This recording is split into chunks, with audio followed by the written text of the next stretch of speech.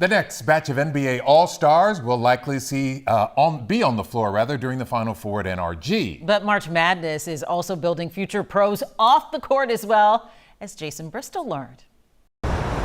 Inside an old Sears department store building in Midtown, some college kids have found one heck of a deal. No books, no papers. No books, no papers. It's just speakers. It's all speakers thus far. Sounds like the best class ever. Most definitely the best I've ever taken.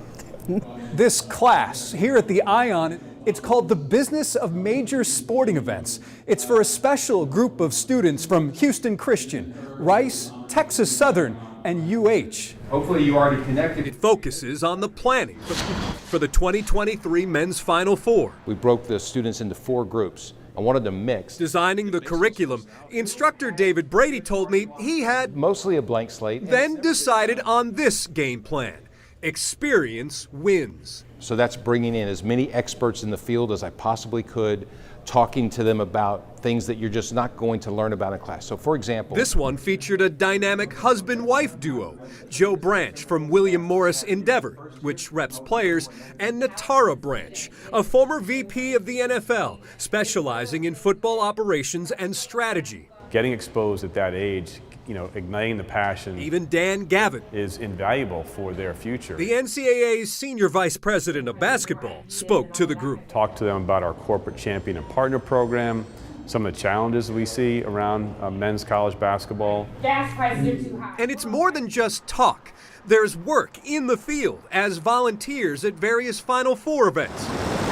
Marketing, staffing, logistics, from booking the music artists to how to properly install the basketball court. It's all covered. It's also a diverse group of students, much like the 4 host universities. They're all different. Holly Kesterson is the president of the local organizing committee, which set up the class. It just seemed like the right thing to do to have them all around the table for us for an educational piece, which the NCAA at the end of the day is an educational institution. Garrett Lowe of Rice knew he wanted a career in sports, but didn't know in which area. Some of the things I've tried to focus on is how I can apply the stuff I'm learning here to other internships. Now he's leaning toward broadcasting or ticket sales. The class has had an even greater impact I was feeling like stuck. on Latricia Carter, a grad student at Texas Southern. And at a HBCU, we don't get a lot of hands-on experience, not in a capacity with this type of event. She hopes to work in player relations. When we started doing hands-on experience in this class, I was like, this is it. my hope is that 15 years down the road that we've got vice presidents and maybe even presidents of teams and venues and events, and that they're looking to bring in their fellow students from this course because they've stayed connected all this time. What have you guys been Experience. It's still the best teacher, even in a class all by itself.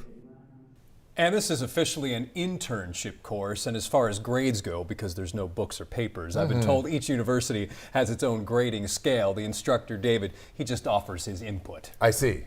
You better be paying attention is what I think. Oh, I'm thinking they are paying attention because this is a once-in-a-lifetime opportunity. Oh my gosh, it is so unique. Would have given anything for an experience like that. It's wonderful. Thanks for sharing.